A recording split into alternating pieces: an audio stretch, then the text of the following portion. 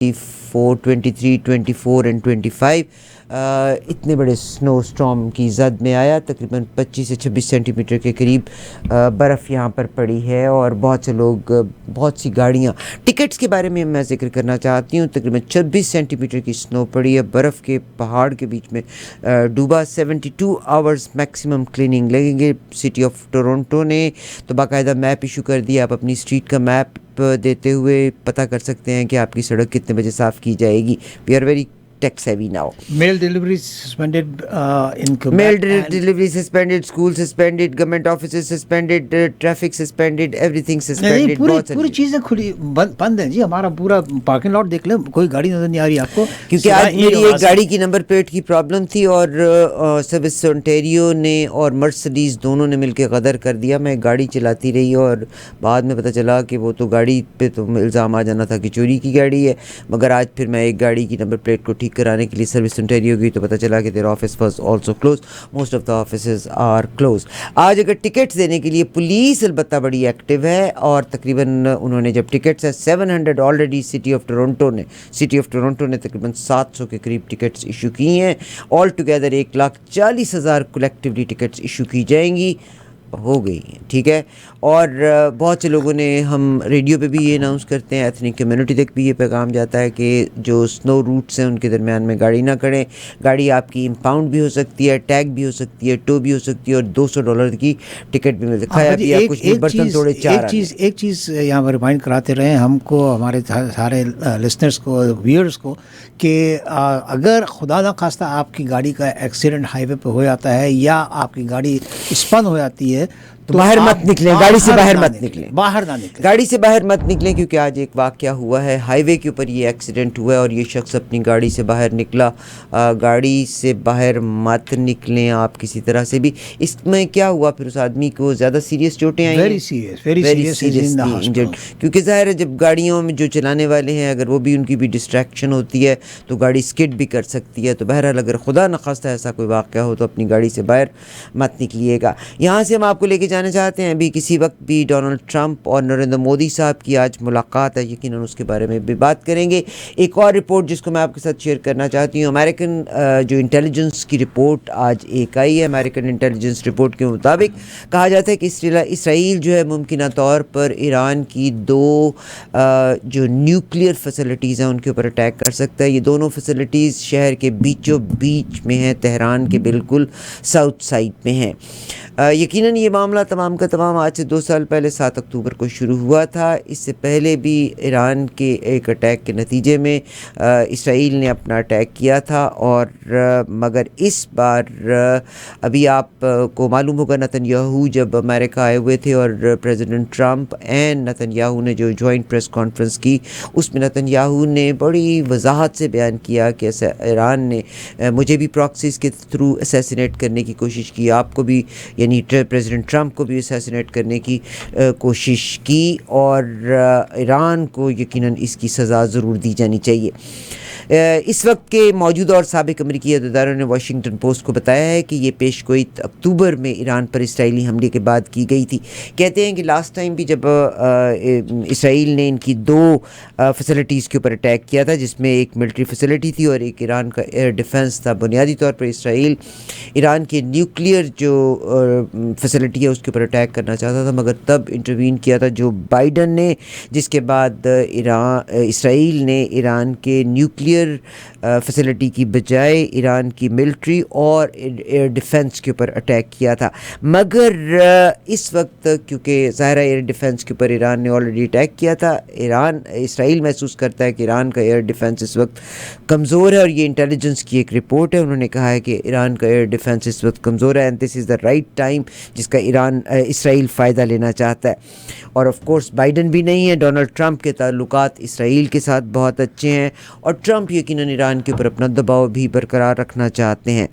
آپ کو یاد ہوگا نتن یاہو نے اور ڈونلڈ ٹرمپ نے جب مل کے اٹیک کیا تھا, مگر نتن یاہو نے جہاں پہ یہ اس وقت باور کرایا تھا کہ ایران نے پراکسیز کے ذریعے مجھے بھی اسیسینیٹ کرنے کی کوشش کی اور ڈونلڈ ٹرمپ کو بھی, ویئر ایز ڈونلڈ ٹرمپ نے جو اپنا بیانیہ دیا تھا جس میں ڈونلڈ ٹرمپ نے فرمایا تھا کہ ہم ایران کے ساتھ میانہ روی کے ساتھ چلنا چاہتے ہیں, میں کوٹ ان کوٹس میں انہی کے لفظ بتانا چاہتی ہوں. انہوں نے کہا تھا I want Iran to be great and successful country but one that cannot have a nuclear weapon. Report that United States working in conjunction with the Israel is going to blow Iran into انہوں نے کہا are greatly exaggerated. انہوں نے کہا یہ exaggeration ہے, ہم بالکل پیسفل پروگرام ان کے ساتھ کرنا چاہتے ہیں. We should start working on it immediately and have a big Middle East celebration when it is signed and complete. God bless the Middle East. یہ بیان دیا ٹویٹر کے اوپر جناب ڈونلڈ ٹرمپ نے. جب میں یہ تمام کی تمام بات کر رہی ہوں, مگر یہ انٹیلیجنس کی جو رپورٹ ہے جس کو ہم نے آپ کے ساتھ شیئر کیا یقیناً کوٹ ان کوٹس میں ہی, حکام نے انتہائی کلاسیفائڈ انٹیلیجنس ہونے پر نام اپنے نا ظاہر کرنے کے بارے میں کہا ہے. واشنگٹن پوسٹ میں رپورٹ پبلش بھی ہوئی ہے, اور United States providing support in the form of aerial refuelling.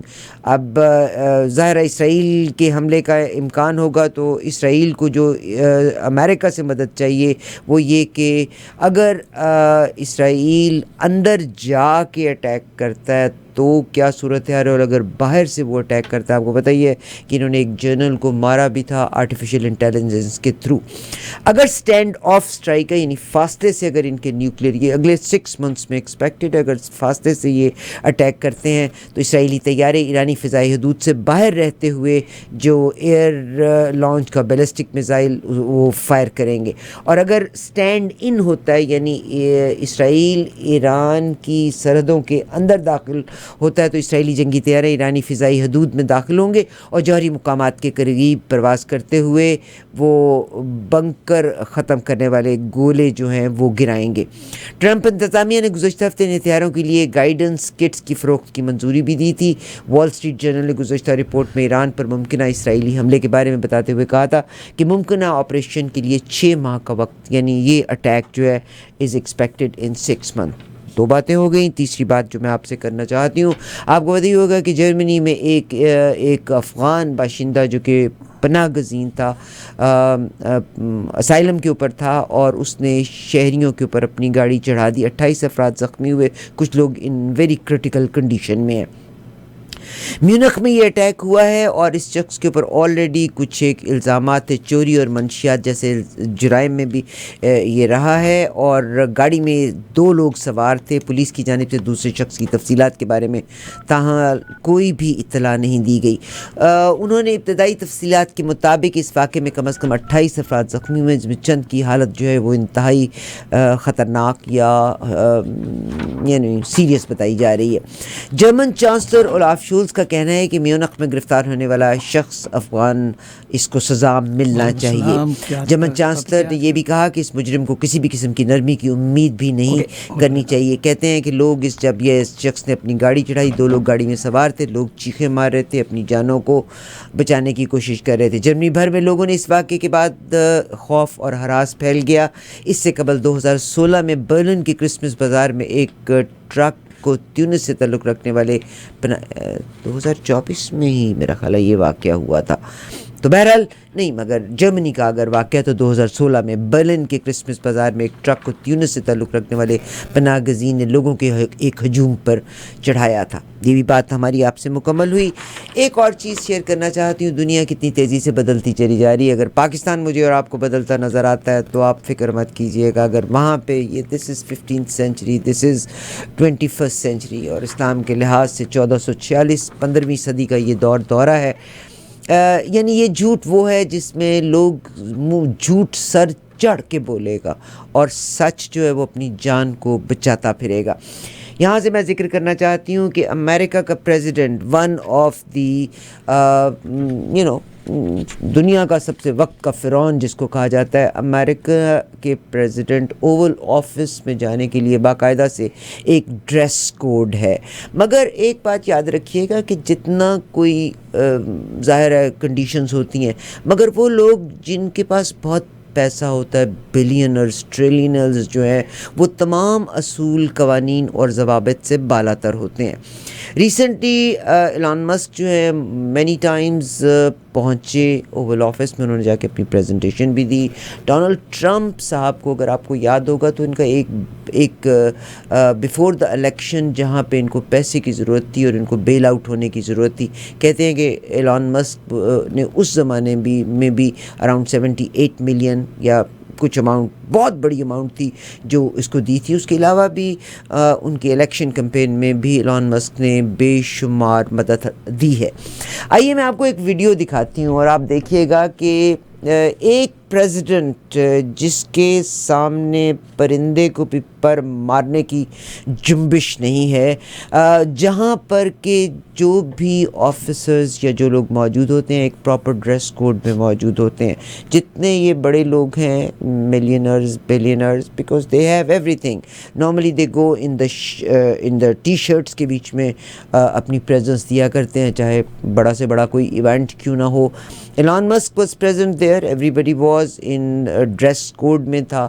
ایلان مسک جو تھے وہ اپنے ڈاج کے بارے میں تمام کی تمام انفارمیشن دے رہے تھے. ہی واز جسٹ ویئرنگ، ان کا بیٹا، ان کا چھوٹا بچہ، where as the president of America یا جو بھی یہ پوزیشنز ہوتی ہیں، ظاہر آپ اپنے بچوں کو نہیں لے کے جا سکتے، مگر ایلان مسک کو اپنے بیٹے، جس کا نام بھی بڑا سمپل سا ہے، ایکس اس کا نام ہے بچے کا.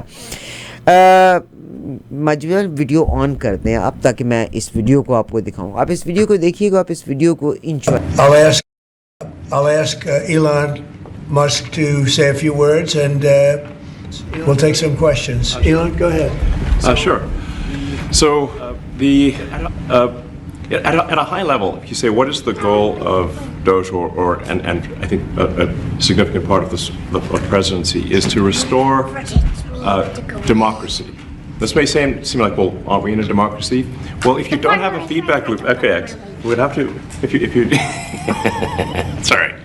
So, tell you, gravitas can be difficult sometimes. If there's not a good feedback loop from the people to the government, and if you have rule of the bureaucrat, or if the bureaucracy is in charge, and then what meaning does democracy actually have?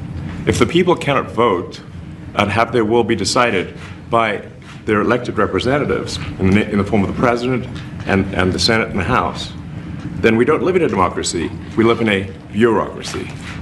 So it's incredibly important that we close that feedback loop, we fix that feedback loop, and that the public's elected representatives, the president, the House and the Senate, decide what happens, as opposed to a large unelected bureaucracy.